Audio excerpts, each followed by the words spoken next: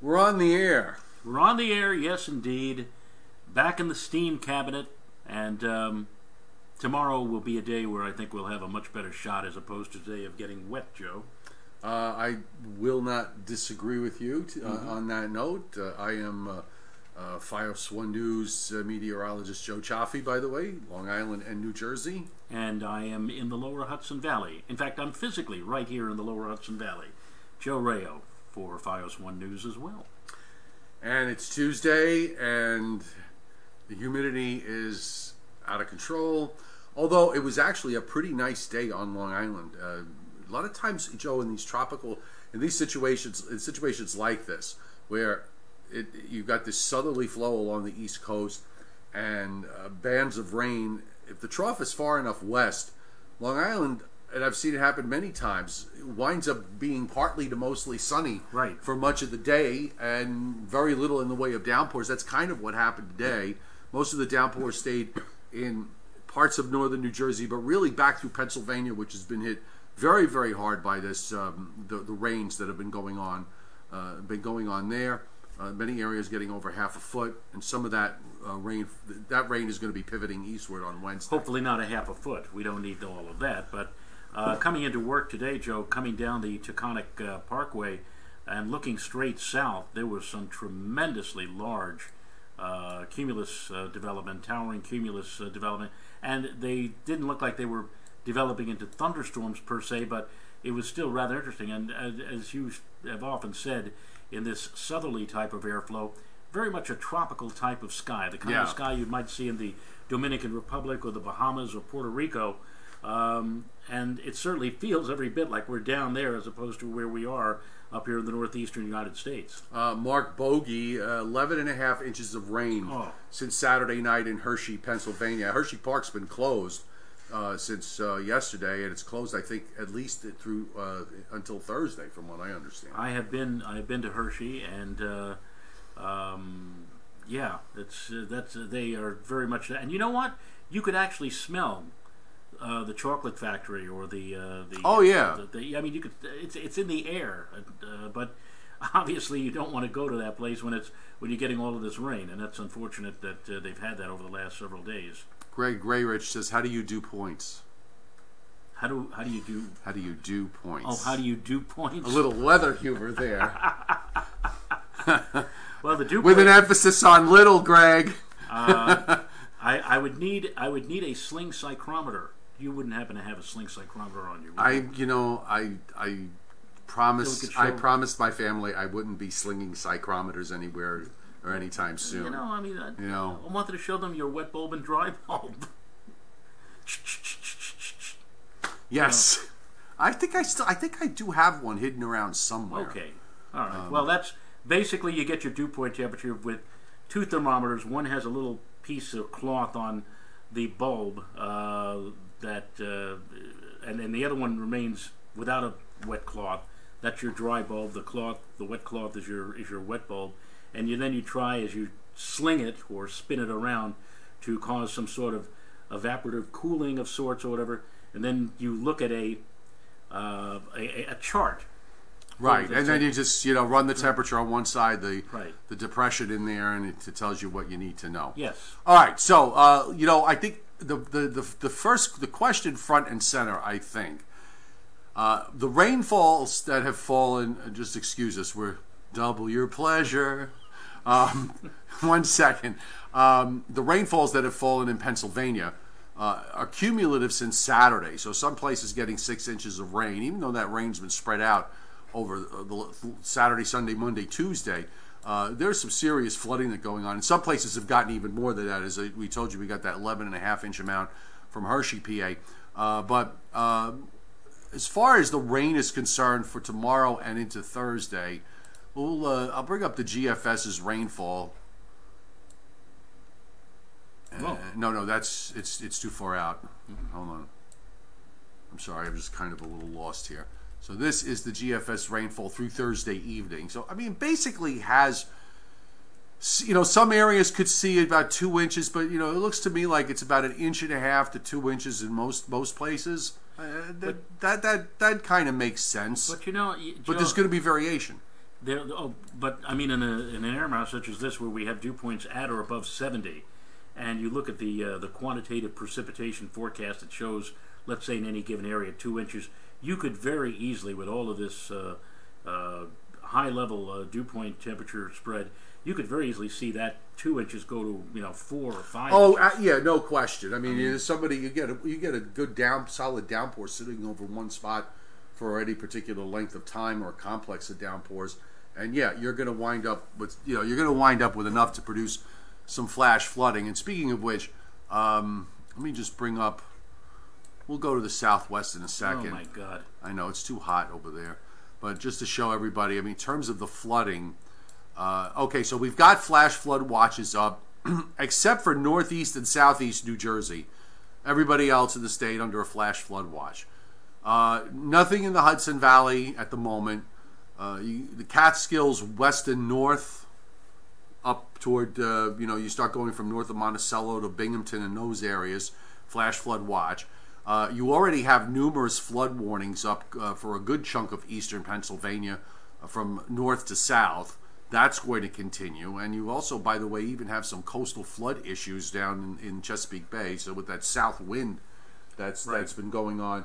The southerly flow, we do have a full moon at the end of this week. Right. So there might be some tidal concerns if we still have that south wind come Friday, I would guess, for the South Shore. I mean, there could very well be some minor coastal flooding, and we've got rip current issues anyway.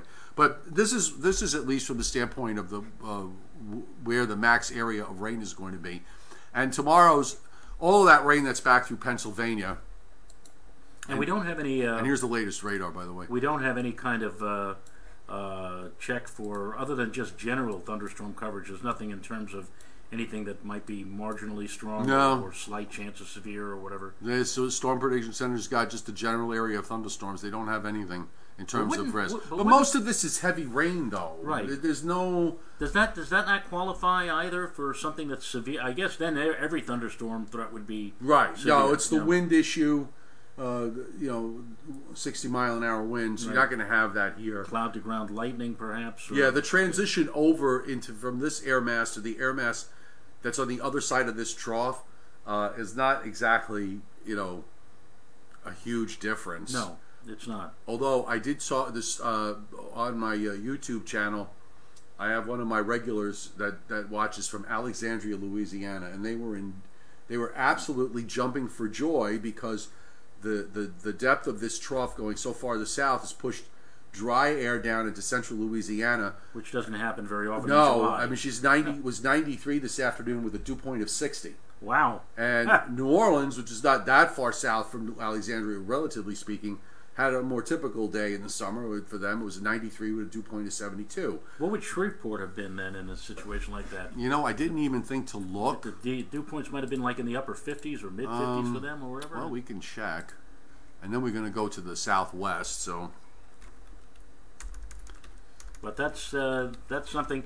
You say to yourself, well, what's so great about that? 93 and 60. But if you've ever lived down along the Gulf Coast, and thankfully I have never had any long stretches of time down there. 5 years I lived down in the Gulf Coast. Oh God, but 93-60 would be like seventh heaven in the middle part of summertime. 94 at Shreveport right now with a dew point of 56. 56. Shreveport, Louisiana, a dew point of 56. That's unheard of. 28% relative humidity and a northeast wind at 8. Wow. That's what happens. That's glorious for them. Yep. That doesn't sound like, a great place to be, but I want to tell you something. Compared to what we've had the last few days with the dew point temperatures in the 70 to 75 range, maybe I might just want to go down there for a couple of days just to escape what we've been dealing with. Well, let's take a look at where we're going forward because, we know we're going to get these downpours tomorrow. I think there's probably going to be a round tomorrow morning that comes in during the morning commute, and then maybe another round midday, and then another one tomorrow evening. I mean, I'm not exactly sure where everything is going to set up and how. Well, it's, you can't really say with certainty in this type of an anomalous, diffuse type pattern for this type of weather, but if you take the consensus of both the GFS and the European, they both wanted to bring something like a half to 1 inch of rain over a 6-hour interval tomorrow evening from about 8 o'clock in the evening to 2 o'clock in the morning. So those two models, at least earlier on, the earlier 12Z runs were suggesting that the heaviest amount would come in the early part of the evening tomorrow night. So we'll see if that pans out. I'm thinking, by the way, Sunday, later Saturday night and Sunday, maybe the one day in this, out of the next 7 or 8 days, that we don't have any downpours to deal with, and maybe it's a little less humid. Right. A little bit. Right. Because you do have a high that's coming down out of Canada into the plains, into the upper Mississippi Valley. It takes forever for this weather front to move through here.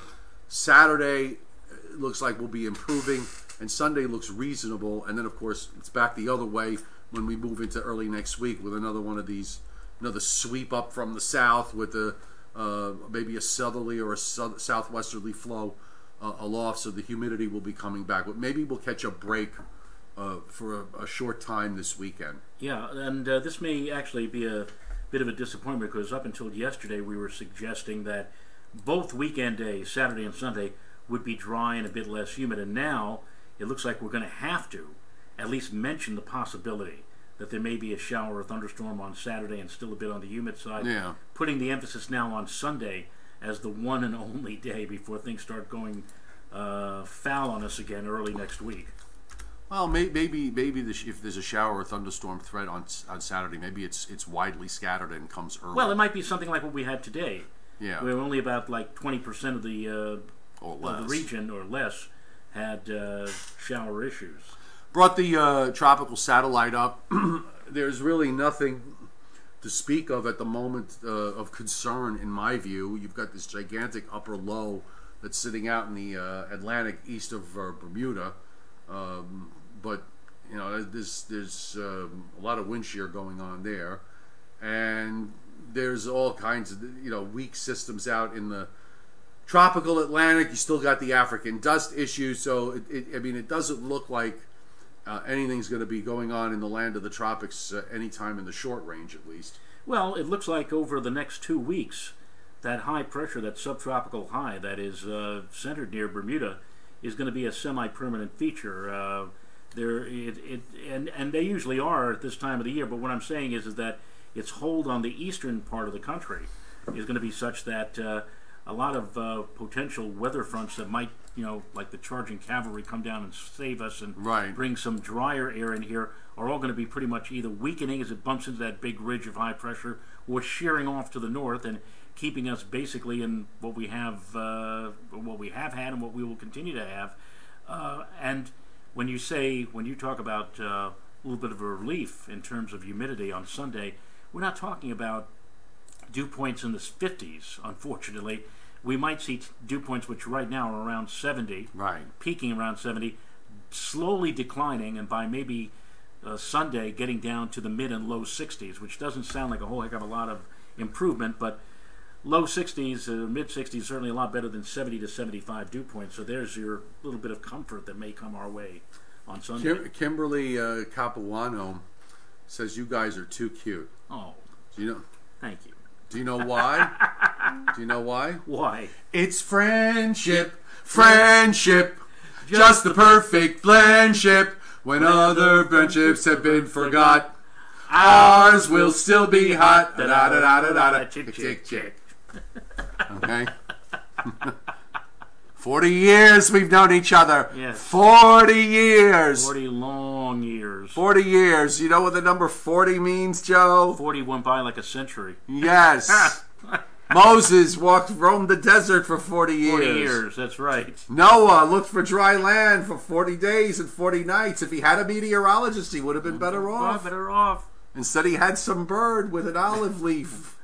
A week from Thursday, with any luck, I'll make it to my 60-second trip around the sun. Mike O'Brien, it's going to rain in Norfolk every single day for the rest of the year, okay? Just so you know, all right? 1 inch of rain per day for every single day for the rest of the year. So buy yourself a canoe and float away.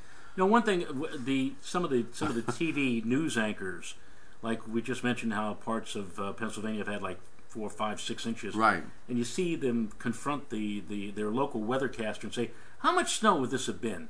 And that is the silliest question. It's an apples and oranges comparison. You cannot say, no, but you can't say that, obviously, because, all right, 6 inches. All right, 60 inches of snow? No, because in the wintertime, when it's so much colder, the air has far less capacity to hold as much moisture as it does now in the middle part of July. Right. And so we wouldn't have 60 inches. We wouldn't have 6 inches of precipitation. We might have 2 or 3, but we certainly would not have the 6. So forget about even talking about it. It's an apples and orange comparison. Yeah. It doesn't work. By the way, what I was getting at with Michael O'Brien is, this is what happens when, and I know what everybody does with regards to weather. Folks will, they'll watch what we do, and then they'll pull up other people's weather videos, which is perfectly fine. But then they'll pull up weather videos where you've got people saying things that just, excuse me, make absolutely no sense. Category 5 hurricanes in July make absolutely no sense. I was asked that question. 40 inches of rain, although for Johnny Quest, my YouTube regular who lives in the Blue Ridge Mountains, he has gotten about that much rain in the last 3 months. But yes, hi. You need to come in, Jonathan. Yes, I'm trying to. I was gonna fix all. Oh, you're gonna come in. You're gonna fix the garage door openers. Come on, all right. Do what you gotta do, Jonathan. Everybody, say hi. Say hi to our audience. Hello. It's our show. I'm good. All right. I was wondering where our extra talent switch was. Yeah, well, they hide these things from us, Joe. They think that we're losing our minds. Yes. They sit around watching Ingrid Bergman and Gaslight. Gaslight. I was just going to say. All right. So anyway, going back to my point, you'll watch and you'll hear these really ridiculous things, and then you put it on us by sending me, messages on the sly saying, "I heard this and I saw that." You know what? I'm not going to participate in the spreading of idle gossip. If we're not talking about it, or when I'm by myself, if I'm not talking about it, or if Joe's not talking about it, then it really isn't that relevant. Okay. So you don't. I know there's a lot of information out there, and some of it is good, and some of it is not so good. If you're getting it from here, it's highly unlikely that we're going to miss anything. It's interesting you say that, because at my former the other news outlet that I worked at for 20 plus years, there were times when we had some iffy type of weather, and there was more than one occasion when I looked straight into the camera and said, "I'll tell you when you have to worry, or I'll tell you when you need to start getting concerned." They said, "Until then, I'm not saying anything." Right. I'm not going to be one of these people like 7 days out say, "You got to watch out. There's something coming our way." Daniel Kirby is who I was referring to. Johnny Quest. He's in the Blue Ridge Mountains in Virginia, right? And I mean, they've been in a horrible weather pattern since May. So he's gotten almost 4 feet of rain in the last 2.5 months, wow. and all the mold that goes with that. But you're absolutely right, Joe. I've used that same line with people I've had conversations with. If I'm not worried, okay, then you're fine. If you need to worry when I start worrying, right? And there have only been a handful of times in the 30 plus years that I've been out on the air since 1986 here. There's only been a handful of times where I had concern. Right. The blizzard in '96, Hurricane Sandy, and then 1 or 2 others. Are you planning to walk across our stage again? Yes. This is the last time, I promise. If you think you're getting the union fee for an appearance, you're not. I'm not? No. I made a huge mistake coming in then. Anyway, all right, folks. So you get the idea. We've kind of pretty much, what's the phrase I'm looking for? We sort of buried this into the ground, or buried the hatchet or whatever. Put this away. Let's put it away. Top drawer or whatever. Let's put it away. Okay, so let's recap. Just recap really fast, Joe. What do you think happens tomorrow? I think we're going to see increasing, more widespread shower activity, especially in the afternoon on into tomorrow evening. Some places are going to have a heavy amount of rainfall, enough to cause some localized flooding concerns. Don't be surprised if your local National Weather Service office, be it in Mount Holly or in Upton, which is in eastern Long Island, that's New York office, or Mount Holly for parts of central New Jersey, issue flash flood advisories or flash flood warnings. Right. Because I'm sure that, and of course, here in my zone, the Hudson Valley, the lower Hudson Valley, virtually every roadway is prone to flooding out. Every roadway that is adjacent to a body of water, like the Hutchinson River Parkway, the Sawmill River Parkway, the Sprain Brook Parkway, the Bronx River Parkway especially, all of these places flood out at the drop of a hat. And tomorrow may be one of those days where the hat will drop, and there may be some problems in going from point A to point B.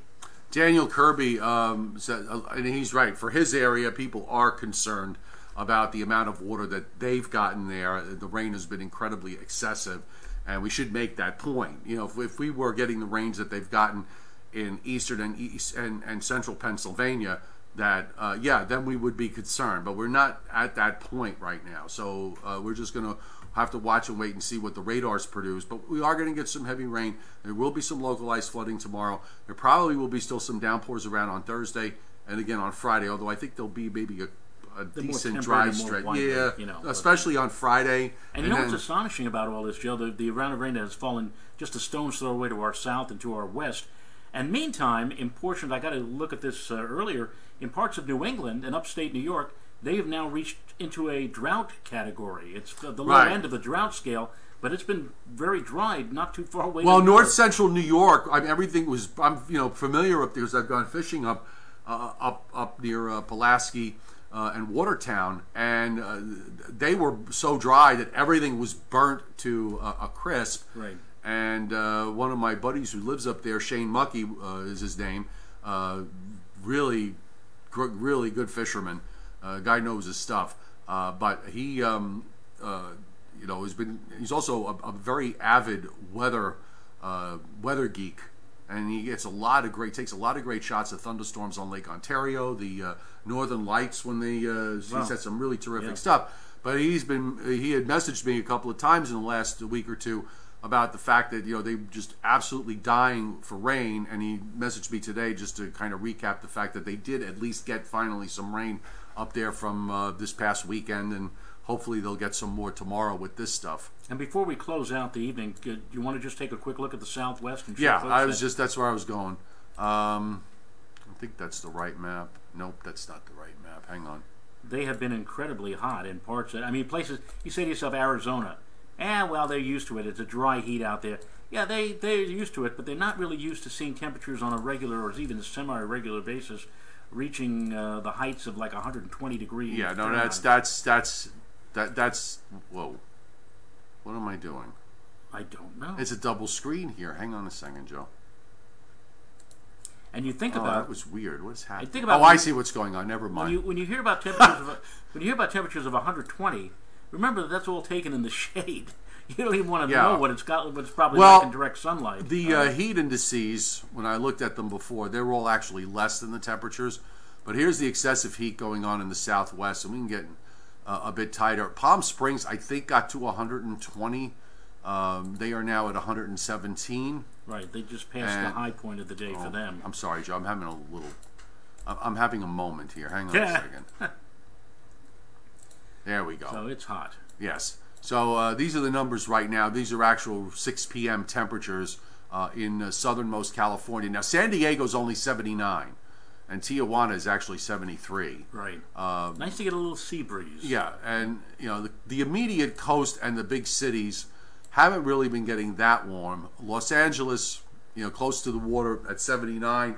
Inland, probably near Burbank, it's about 92. But you can see you go well inland, you start to get into these 100-degree readings. And the numbers in Arizona have been particularly high. Phoenix at 115. Peoria, I didn't know there was a Peoria, Arizona. I don't know if they're the 113 or the 117. Let me see if we can get a little. Yuma's 114. It's incredible. I have a friend of mine, in fact, a friend who I grew up with in the Bronx, Glenn Schneider, Dr. Glenn Schneider, who is a PhD astronomer and works at the Stewart Observatory at the University of Arizona, and he often kids me when I point out, oh my goodness, we got to 97 here in New York today, or whatever like that. He laughs. He says, 97, that's nothing. I Yeah. He said, for them, and of course with the low dew points, I would suppose that a 97 for them would feel more like one of our 80-degree days because well, as long as they don't have that monsoon game playing like they did last week, where it was 93 or 4 or 5 or 98 or 9, and a dew point of 68 or 9. Right. That's not good. That's a little on the miserable side. Yeah. All right, so you and I both have to hit our shows at the top of the hour. Joe is going to be at Fireswan News, Lower Hudson Valley. And Joe, you will be serving the folks in New Jersey and also on Long Island as well. So keep an eye on Fios One on if you're a subscriber to Verizon. And if not, you need to be. And if you absolutely. And then in the morning, you got Brian Fitzgerald and Jeff Banson. They'll let you know all the latest on any changes with any flash flood warnings that are watches that are up, and subsequently warnings. Oh, and thank you, Ivan. Ivan just gave everybody's trying to get in on our show. New clicker here. That's nice. And tomorrow afternoon, Brittany Borer and Addison Green, who would have been on tonight, but he, after last night, wearing his best T-shirt, needed to do laundry. So he is our unofficial guest host. Yes, he is. Yes, but we'll have Addison on again. I'm sure we will. As soon as the clothes get out of the dryer.